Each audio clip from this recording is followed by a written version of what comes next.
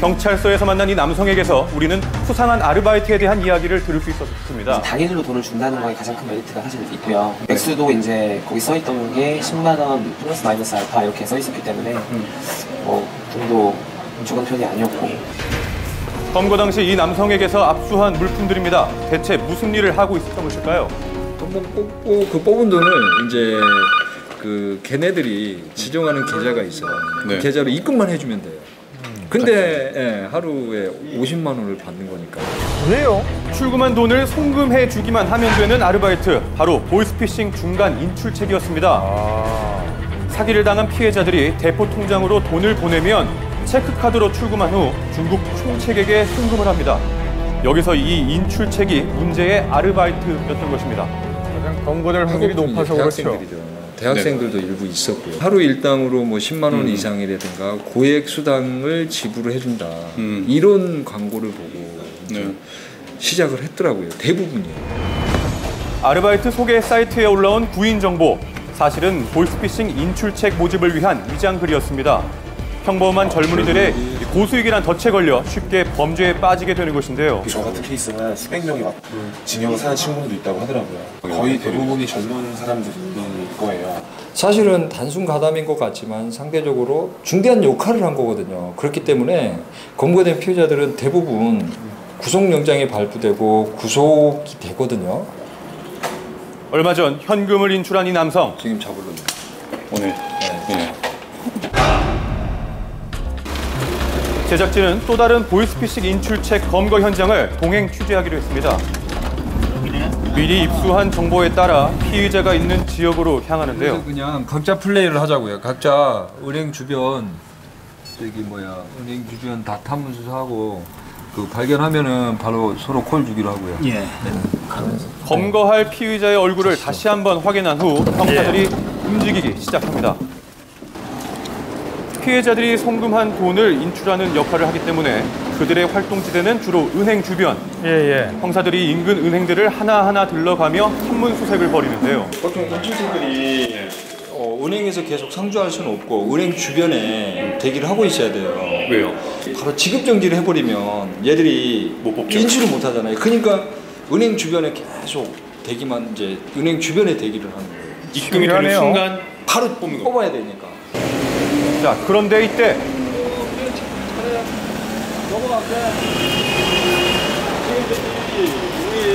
우리 다른 형사가 발견을 했어요.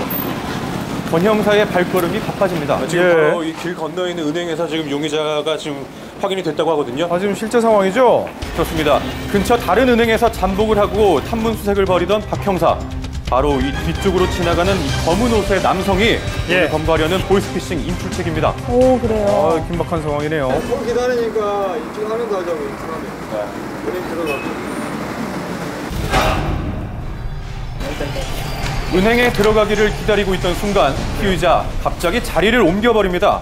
예측하지 못했던 돌발 상황이 발생한 건데요. 피의자를 조심스레 뒤쫓았습니다. 눈치를 챘나요? 자, 그런데 갑자기 택시를 잡으려는 피의자. 쫓아가야죠. 멈춰선 택시 뒷문을 열고 올라탑니다. 지켜보고 있던 형사들이 재빨리 쫓아가 택시에서 피의자를 끌어내리는데요. 보이스피싱 중간 인출책 검거했습니다. 2달 가까이 중간 인출책을 해왔다는 피의자. 고수익이라는 달콤한 유혹도 오늘부로 끝이 났습니다. 네, 맞죠? 전자금융거래법 위반으로 체포영장이 체포되는 거예요. 경찰이 수갑을 채운 후 피의자의 몸을 수색하기 시작합니다. 옷 주머니와 이 가방 등에서 보시다시피 범행에 사용된 다른 사람 명의의 카드들이 여러 장이 나왔는데요.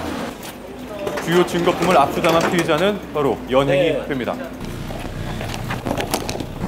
택시 타고 어디로 가려고 그랬어요? 왜? 그냥? 아니, 한 곳에만 너무 있지 말라고 여러 은행들 연락을 해가지고. 자, 그런데 이때 53번 카드를 뽑으라는 거.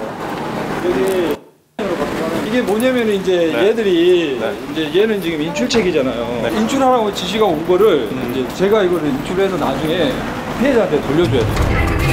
자, 지시하고 있는 쪽에서는 이 인출책이 검거된 것을 아직 모르고 있는 상황입니다. 예. 고작 몇 분 전 보이스피싱에서가 피해자가 입금한 돈을 경찰이 대신 인출을 하는데요. 예. 사기인 줄도 모르고 피해자가 추가 입금할 수가 있기 때문에 피해자에게도 바로 빨리 연락을 해주고 있습니다. 알려야겠네요. 아, 이거 참 다행입니다. 피해자 입장에서는요. 보통 통상적으로 제일 많이 한 게 얼마?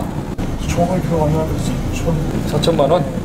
제일 적게 할 때는 900만, 이거 하는 대가로 얼마씩 받았어요? 못 받을 때는 9만 원 받을 때 있고요. 많이 받을 때는 30만 원, 40만 원인데 지금 그러면은 가족이 어떻게 돼요? 처음이고요. 아, 결혼을 하셨군요. 아, 애들은 없고 결혼한 지 얼마나 됐어요? 작년 9월이었어요. 작년 9월에? 구직 중이던 한 평범한 가장이 범죄에 빠져든 것입니다. 됐다고 느끼면서도 계속 하게 된 이유가 있어요. 돈벌이가 되니까 일 많았어야 되는데 고수익에 눈이 멀어 쉽게 돈을 벌어보려던 위험한 선택. 한순간에 범죄자가 될 수도 있다는 사실 명심하셔야겠습니다.